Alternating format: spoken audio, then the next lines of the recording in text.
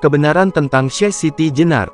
Syekh Siti Jenar juga dikenal dalam banyak nama lain, antara lain Siti Brit, Lemah Bang, dan Lemah Abang adalah seorang tokoh yang dianggap sebagai sufi dan salah seorang penyebar agama Islam di Pulau Jawa.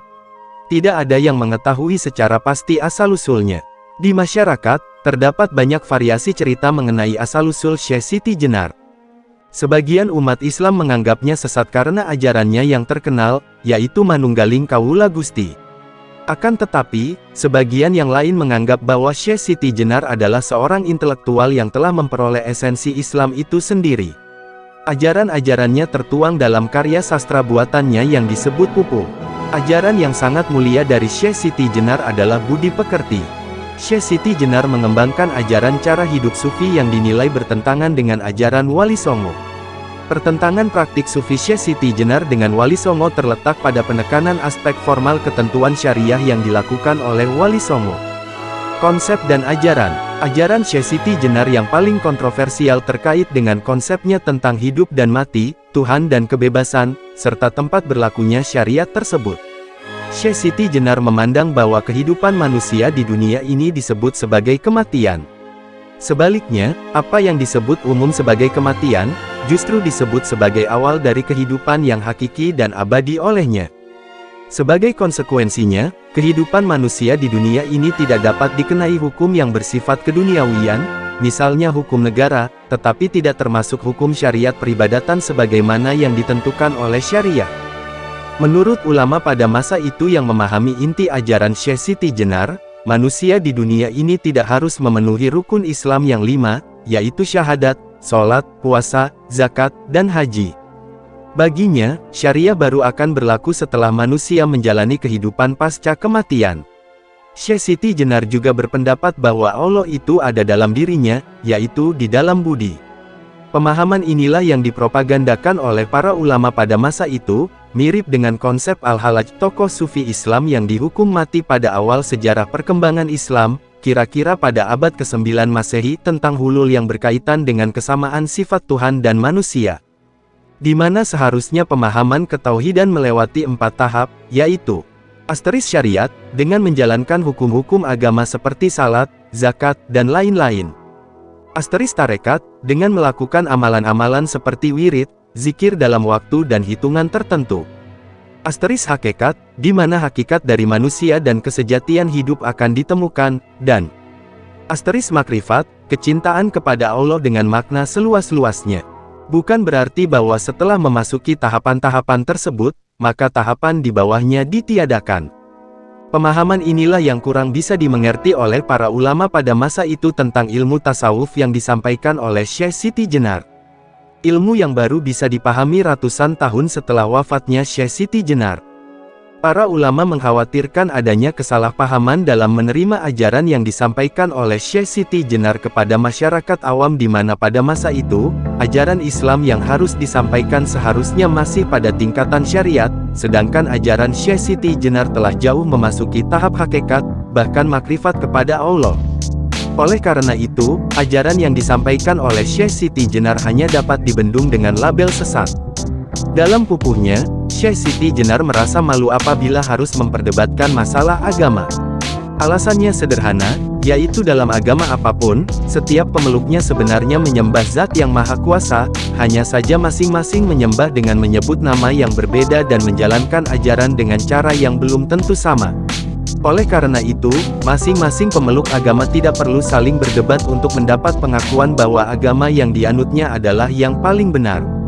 Syekh Siti Jenar juga mengajarkan agar seseorang dapat lebih mengutamakan prinsip ikhlas dalam menjalankan ibadah. Orang yang beribadah dengan mengharapkan surga atau pahala berarti belum bisa disebut ikhlas. Manunggaling Kawula Gusti. Dalam ajarannya ini, pendukungnya berpendapat bahwa Syekh Siti Jenar tidak pernah menyebut dirinya sebagai Tuhan. Arti dari Manunggaling Kawula Gusti dianggap bukan bercampurnya Tuhan dengan makhluknya, melainkan bahwa Sang Pencipta adalah tempat kembali semua makhluk dan dengan kembali kepada Tuhannya, manusia telah bersatu dengan Tuhannya. Dalam ajarannya pula, Manunggaling Kawula Gusti bermakna bahwa di dalam diri manusia terdapat roh yang berasal dari roh Tuhan sesuai dengan ayat Al-Quran yang menerangkan tentang penciptaan manusia. 2. Ketika Tuhanmu berfirman kepada malaikat, sesungguhnya aku akan menciptakan manusia dari tanah. Maka apabila telah kusempurnakan kejadiannya dan kutiupkan kepadanya rohku, maka hendaklah kamu tersungkur dengan bersujud kepadanya. Qs. Saat 71-72. Dengan demikian ruh manusia akan menyatu dengan ruh Tuhan dikala penyembahan terhadap Tuhan terjadi. Perbedaan penafsiran ayat Al-Quran dari para murid Syekh Siti inilah yang menimbulkan polemik bahwa di dalam tubuh manusia bersemayam ruh Tuhan, yaitu polemik paham manunggaling kawula Gusti. Pengertian zadab. Dalam kondisi manusia modern seperti saat ini, sering ditemui manusia yang mengalami zadab atau kegilaan berlebihan terhadap Allah. Mereka belajar tentang bagaimana Allah bekerja sehingga ketika keinginannya sudah lebur terhadap kehendak Allah, maka yang ada dalam pikirannya hanyalah Allah. Di sekelilingnya tidak tampak manusia lain, kecuali hanya Allah yang berkehendak. Setiap kejadian adalah maksud Allah terhadap hamba ini. Dan inilah yang dibahayakan karena apabila tidak ada guru yang mursyid yang berpedoman pada Al-Quran dan hadits maka hamba ini akan keluar dari semua aturan yang telah ditetapkan Allah untuk manusia. Karena hamba ini akan gampang terpengaruh syaitan, semakin tinggi tingkat keimanannya maka semakin tinggi juga syaitan menjerumuskannya. Hamamayu hayuning bawana. Prinsip ini berarti memakmurkan bumi. Ini mirip dengan pesan utama Islam, yaitu rahmatan lil alamin. Seseorang dianggap muslim salah satunya apabila dia bisa memberikan manfaat bagi lingkungannya, bukannya menciptakan kerusakan di muka bumi. Kontroversi. Kontroversi yang lebih hebat muncul mengenai hal ihwal kematian Syekh Siti Jenar. Ajarannya yang amat kontroversial itu telah membuat gelisah para pejabat Kesultanan Demak. Di sisi kekuasaan, Kesultanan Demak khawatir ajaran ini akan berujung pada pemberontakan mengingat salah satu murid Syekh Siti Jenar, Ki Ageng Pengging atau Ki Kebo Kenanga, adalah keturunan elit Majapahit, sama seperti Raden Patah, dan mengakibatkan konflik di antara keduanya. Dari sisi agama Islam, Wali Songo yang menopang kekuasaan Kesultanan Demak khawatir ajaran ini akan terus berkembang sehingga menyebarkan kesesatan di kalangan umat. Kegelisahan ini membuat mereka merencanakan suatu tindakan bagi Syekh Siti Jenar untuk segera datang menghadap ke Kesultanan Demak.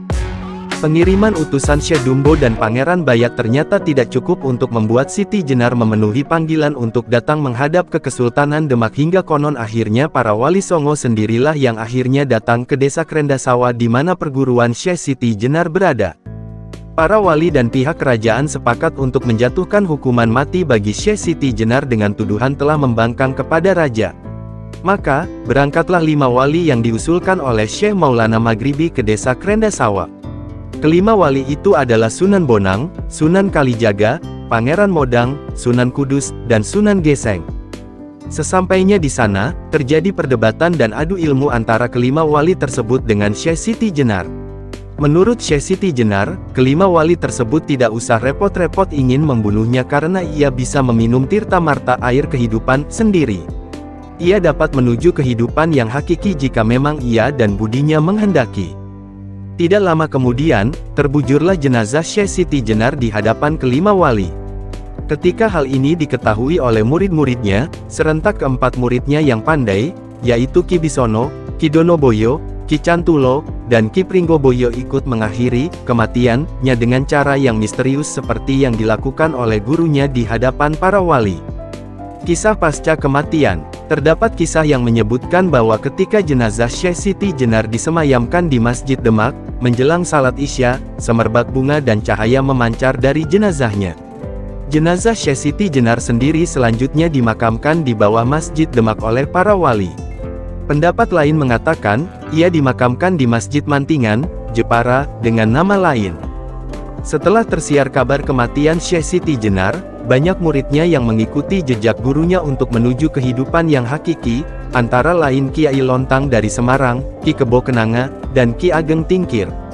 Kontroversi yang lain adalah bahwa kemungkinan terbesar Syekh Siti Jenar adalah salah satu tokoh Islam yang dengan segala kebijaksanaannya telah dapat mengadaptasi Islam dengan keluhuran ajaran Hindu dan Buddha yang menjadi pegangan bangsa Indonesia sehingga dapat terlihat dengan jelas bagaimana nilai daripada kehidupan dan kesejatian manusia dengan penciptanya yang ada dalam Bhagavad Gita berpadu dengan nilai yang diajarkan Al-Quran.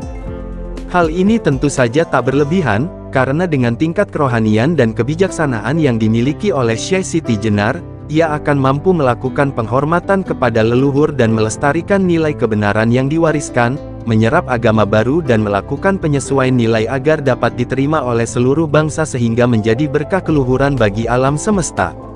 Kalau para wali songo dengan pola gerakan yang lebih kepada keduniawian berusaha mengadopsi konsep Dewata Nawasanga di Hindu yang mereka personifikasikan ke dalam wali songo untuk mengubah pandangan masyarakat Hindu dan membelokkan kepada Islam pun dalam penggunaan cerita pewayangan Hindu seperti Mahabharata, Bratayuda dan Ramayana untuk membantu penyebaran agama Islam dengan melakukan sisipan-sisipan ke dalamnya. Namun Syekh Siti Jenar mengadaptasi nilai yang terkandung yang memang sudah ada di masyarakat Hindu dan Buddha pada zaman keemasan Nusantara sehingga nilai kombinasi yang diperkenalkannya kepada masyarakat terbukti sangat cocok bahkan hingga saat ini.